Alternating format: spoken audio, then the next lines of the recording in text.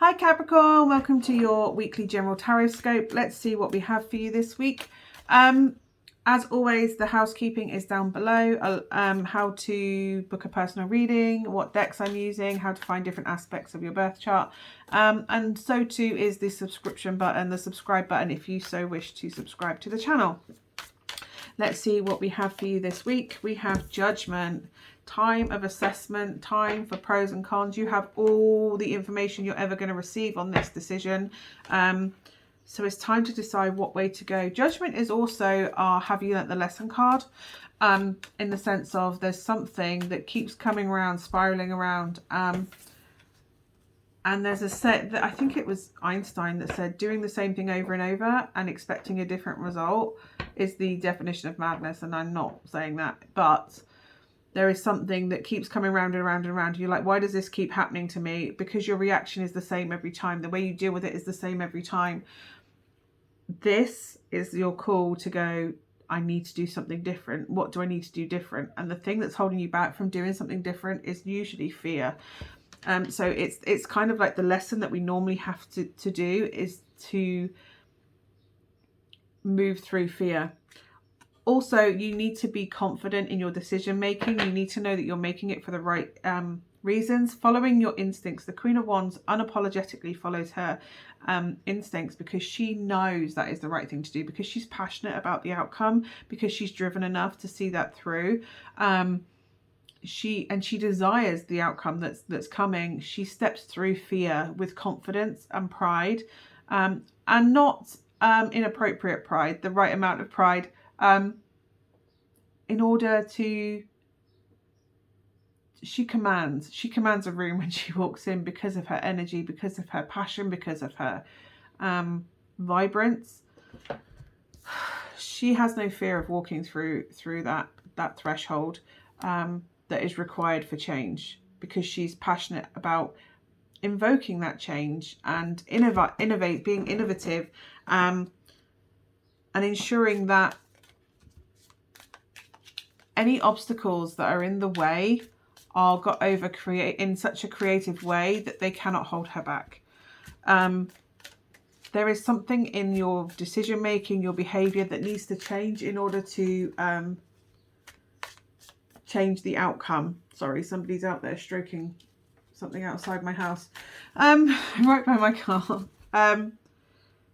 It's about changing how things happen in order to ensure growth. When we are in our comfort zone, we don't grow, and this kind of feels like you're staying in your comfort zone, and so you're going around in circles because you're kind of used to where you are.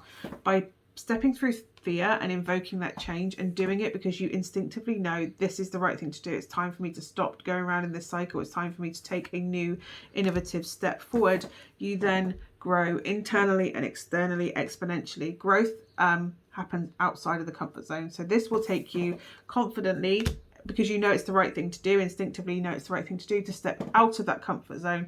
And once you change that behavior, once you get outside of what you already know, that's when you start learning, that's when you start growing, that's when you start blossoming, and things begin to change and become more abundant, and bigger and better things start coming into you. The Empress energy is all about expanding ourselves within, so that what happens external, it's abundance within in order to expand externally.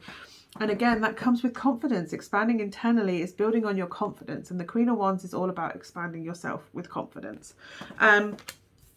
In order to bloom, to thrive. And as you're blooming and thriving, you're then inspiring others, leading and guiding and inspiring others to do the same.